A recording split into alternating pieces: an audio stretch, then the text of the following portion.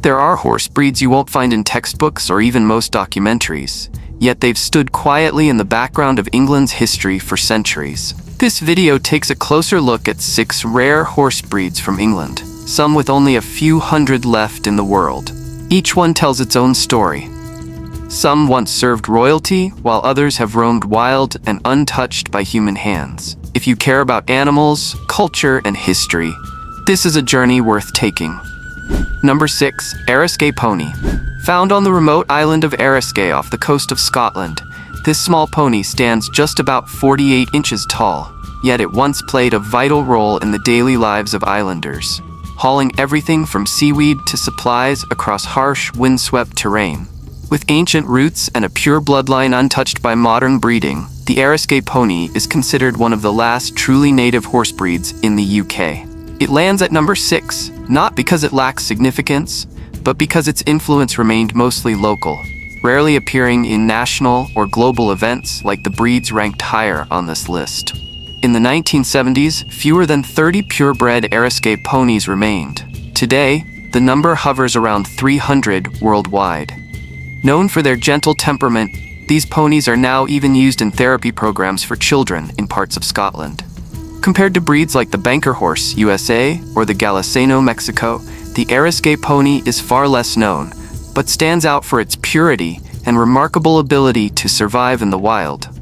And if you think surviving fierce island storms is impressive, just wait until you meet the breed at number 5, one that once made royalty turn their heads. Number 5. Hackne Horse. Not every horse was bred to serve royalty, but the Hackne Horse certainly was. With its elegant, dance-like stride, the Hackney became a true symbol of refinement during England's Victorian era. Developed in the 18th century, Hackneys are best known for their high-stepping gait, a bold, elevated stride that looks more like a performance than a walk. It's no wonder they became the top choice for pulling carriages in aristocratic circles. Still, the Hackney lands at number 5 because its practical use was limited. Unlike breeds built for farming or battle, the Hackney was mainly used for show and parade, forever tied to the upper class rather than everyday life. Today, the breed is rare and listed for conservation by the UK's Rare Breed Survival Trust. Standing around 60 to 64 inches tall, 5 to 5.3 feet, the Hackney is lean, well-muscled, and always carries itself with pride. Compared to the Frisian of the Netherlands or the Andalusian of Spain, the Hackney's gait is more distinctive, but it also requires much more training, which makes it less common in the modern world. And if you think show horses are impressive, just wait until you meet number 4, a breed that has survived for centuries in the wild, untouched by human hands. Number 4, Dales Pony. Born in the rugged hills of Yorkshire Dales, the Dales Pony may be small in size, but it's built like a tank, often called the four-legged SUV of the horse world. Standing around 52 to 56 inches tall, about 4.3 to 4.6 feet, with a solid frame and powerful legs, this breed was widely used to haul coal and goods across steep, uneven terrain. In fact, during World War I, Dales ponies served the British military by pulling ammunition and supplies to the front lines, a true testament to their strength and resilience. This breed ranks number 4 not for elegance or royal ties like the Hackney, but for its deep roots in practical labor and wartime service. It's the kind of horse that didn't make headlines but carried history on its back, quietly and with pride. And if you think that's impressive, just wait until you meet number 3. A wild breed that's managed to live free for centuries, untouched by human hands. Number 3. Xmor Pony. The Xmor Pony is the oldest surviving wild horse breed in Britain, having roamed freely for centuries across the windswept hills of Xmor, a region known for its harsh weather and rugged beauty. Standing about 47 to 51 inches tall, roughly 3.9 to 4.2 feet, these ponies have a thick double-layered coat and large, slightly protruding eyes that help them withstand cold climates and improve visibility.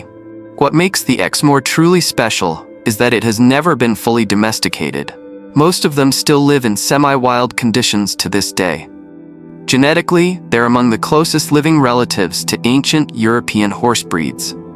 This breed earns its spot at number 3 due to its high conservation value and rare lifestyle, living in harmony with nature, untouched by selective breeding or heavy human influence.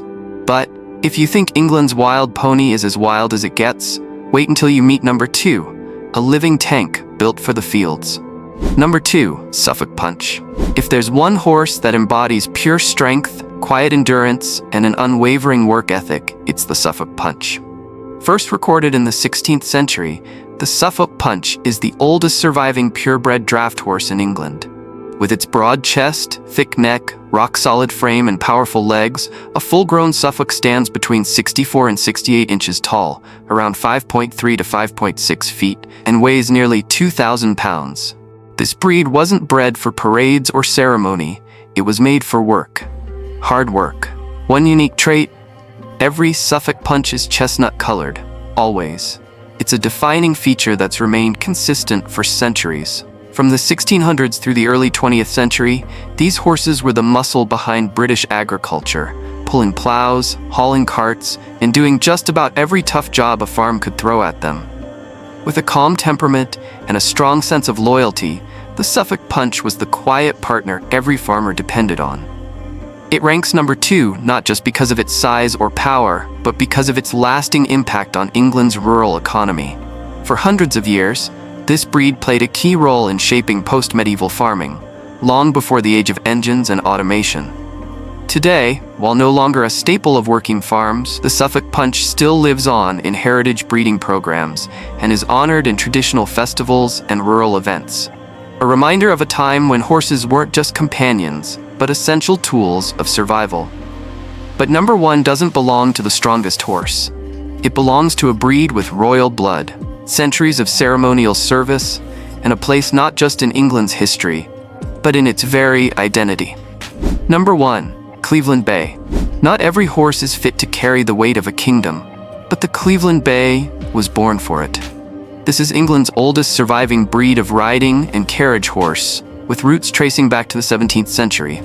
Standing between 64 and 68 inches tall, around 5.3 to 5.6 feet, with a well-proportioned frame, strong muscle tone, and a signature rich bay coat, the Cleveland Bay was long favored for royal ceremonies, state occasions, and long-distance travel for British nobility. But beyond appearance, it carries history in its bloodline. Queen Elizabeth II personally owned a purebred Cleveland Bay herd and supported conservation efforts when the breed was nearing extinction. A quiet act of loyalty to one of England's most historic horses. What makes the Cleveland Bay our number 1 isn't rarity or brute strength. It's the fact that this horse represents a living emblem of tradition, loyalty, and the quiet dignity of the English crown. Its hooves didn't just tread on royal roads. They've walked through centuries of history.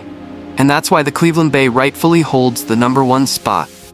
Closing our journey through 6 rare horse breeds from England, each one a living chapter in the long, proud story of a nation.